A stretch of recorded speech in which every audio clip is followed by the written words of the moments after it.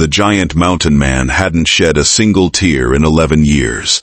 Then a young woman quietly said, "My whole home is smaller than you." And moments later, the strongest man in the wilderness was crying like a child.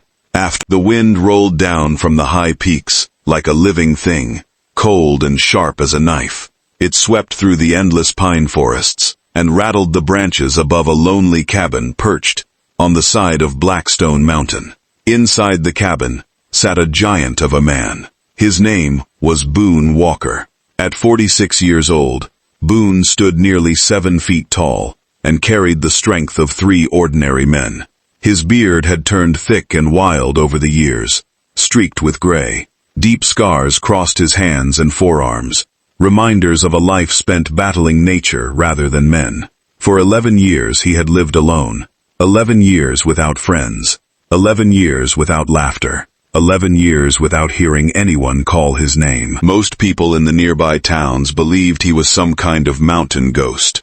Others claimed he was a dangerous madman. The truth was much sadder. 11 years earlier, Boone had been a husband and a father.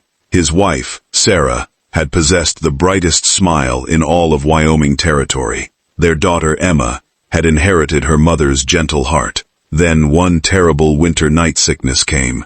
A fever swept through the valley. Boone fought desperately to save them. He rode through a blizzard searching for a doctor. By the time he returned, both were gone. The loss shattered him. Something inside him broke so completely that he abandoned civilization altogether. He climbed into the mountains and never truly came back. Now he survived by trapping animals, fishing rivers, and growing a small garden during warmer months. The loneliness hurt less than the memories, or so he told himself. One autumn morning, Boone loaded furs onto an old wagon. His supplies were running low. For the first time in nearly 6 months, he needed to visit town. He hated these trips. The stares, the whispers, the way people looked at him as though he were some strange creature. Still, flour and lamp oil could not be found on a mountain, so he began the long journey. The town of Willow Creek appeared just before sunset. Children stopped playing when they saw him. Women glanced nervously in his direction. Men lowered their voices. Boone kept his eyes forward. He sold his furs at the trading post, purchased supplies, and planned to leave immediately. Then he heard shouting. A wagon wheel had broken near the center of town. Several men were struggling to lift the heavy wagon from a muddy ditch. Boone recognized one of them. Old Sheriff Carter. The sheriff spotted Boone. "Walker!" he called. Boone pretended not to hear. "Walker!" The giant sighed heavily. "What?" "We could use those tree trunk arms of yours." Boone considered walking away. Instead he approached. The wagon belonged to a young woman. She looked no older than 23. Brown hair, tired eyes, a simple worn dress. The wagon itself carried furniture, blankets, and a few wooden crates. Everything she owned. The men strained unsuccessfully. Boone stepped beside them. "Move." They obeyed. He bent his knees, gripped the wagon frame, and lifted. Gasps spread through the crowd. The wagon rose clear from the ditch. The young woman stared in amazement. Boone carefully set it back onto solid ground. "Thank you," she said quietly. He simply nodded. Most people would have left. Instead, the young woman offered her hand. "My name is Clara Bennett." Boone hesitated before shaking it. "Boone?" Her smile was small but genuine. "Nice to meet you, Boone." Nobody had said those words to him in years. The strange feeling lingered long after he walked away. The next morning, Boone prepared to leave town. As he loaded supplies into his wagon, he noticed Clara sitting alone outside the boarding house. She looked worried. Sheriff Carter stood nearby. "What happened?" Boone asked. The sheriff seemed surprised he cared. "Landlord backed out." "What?" "He promised her a room." Boone glanced toward Clara. "Why?" "Some fool started spreading rumors. She's bringing trouble with her." Boone frowned. "Trouble?" "Her father owed gambling debts before he died." The giant looked at the young woman. She appeared exhausted, defeated, alone. The feeling seemed painfully familiar. Boone immediately hated it. Without understanding why, he walked toward her. Clara looked up. "Good morning.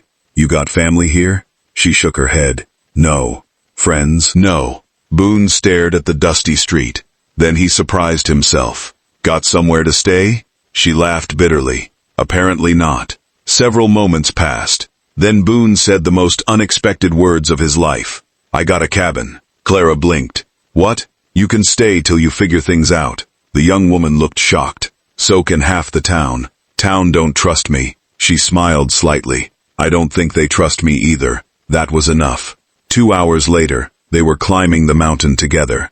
The journey took most of the day. When the cabin finally appeared through the trees, Clara stopped walking. Her expression changed. Boone assumed she was disappointed. The cabin was rough, small, weathered, lonely. Yet Clara looked amazed. You built this yourself? Yeah, it's beautiful. Boone nearly laughed. Nobody had ever called it beautiful. Over the following weeks, an unexpected routine developed. Clara cooked. Boone hunted. They repaired fences, gathered firewood, shared quiet meals.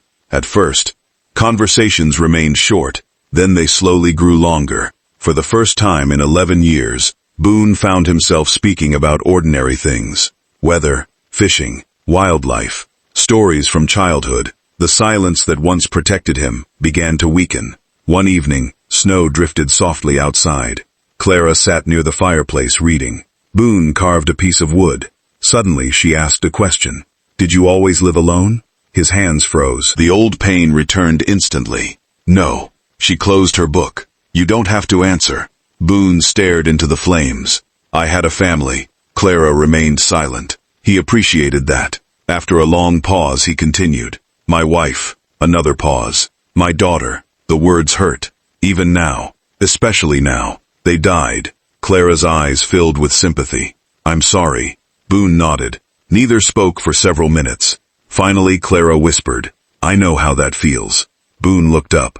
The sadness in her eyes matched his own. For the first time, he realized she carried wounds too.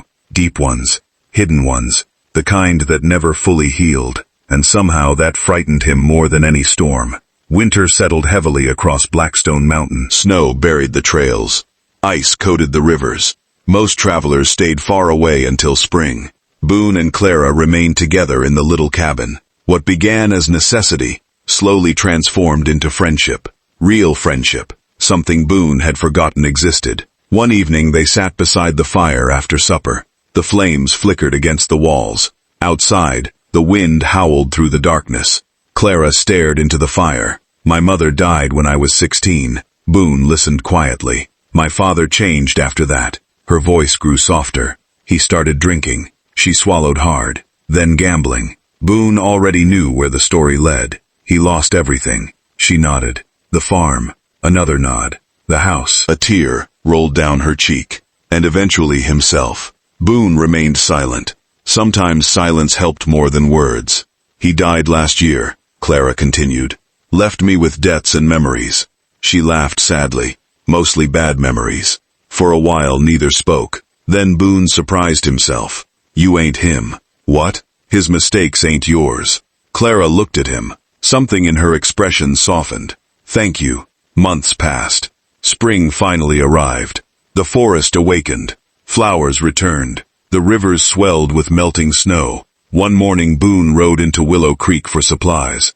The town felt different now. People greeted him. Some even smiled. Word had spread that the mountain giant was helping neighbors during harsh winters. Perhaps he had changed. Or perhaps people finally saw what had always been there. As Boone left the general store, he overheard two men talking. That girl staying with Walker. Yeah, probably leave soon. The words struck him harder than expected.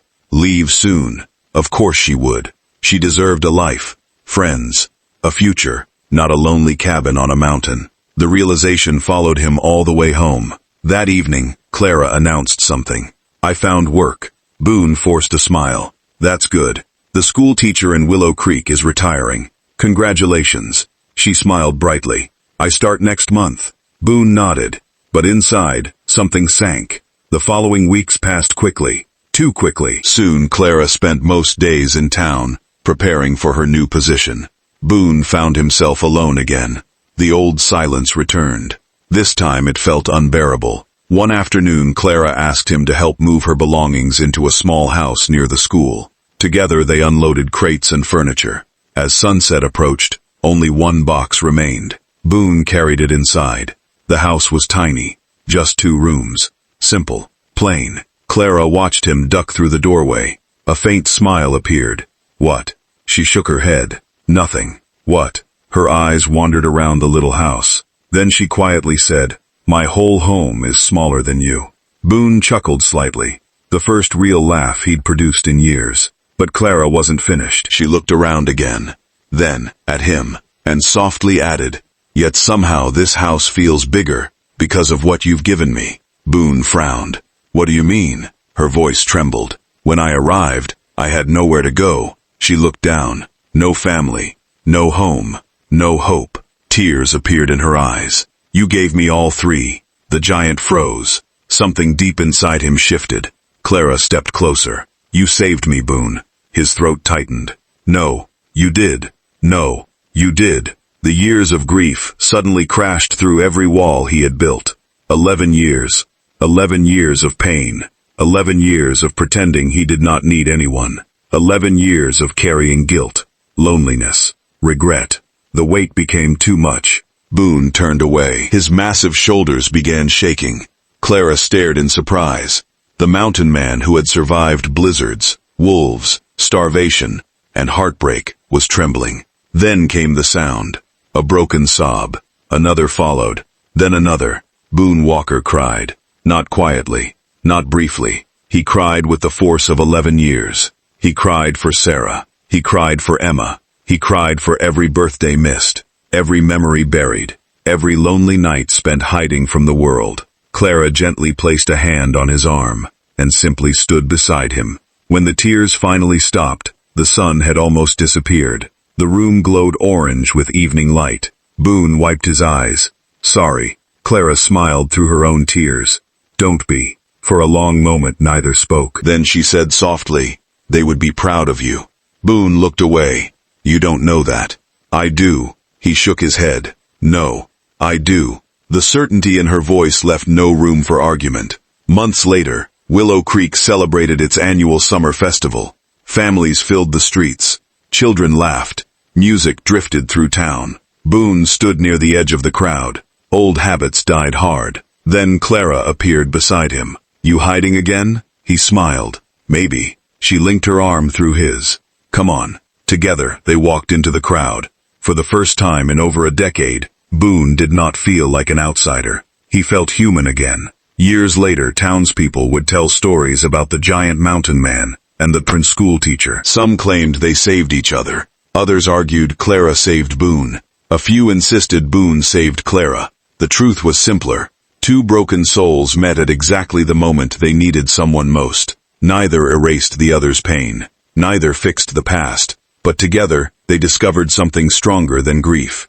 Hope. And sometimes hope is enough to bring even the strongest mountain man to tears.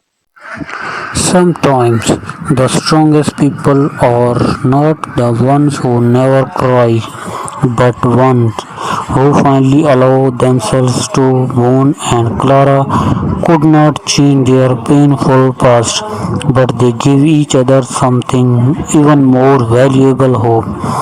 And sometimes hope is all a broken heart needs to heal. Thanks for watching.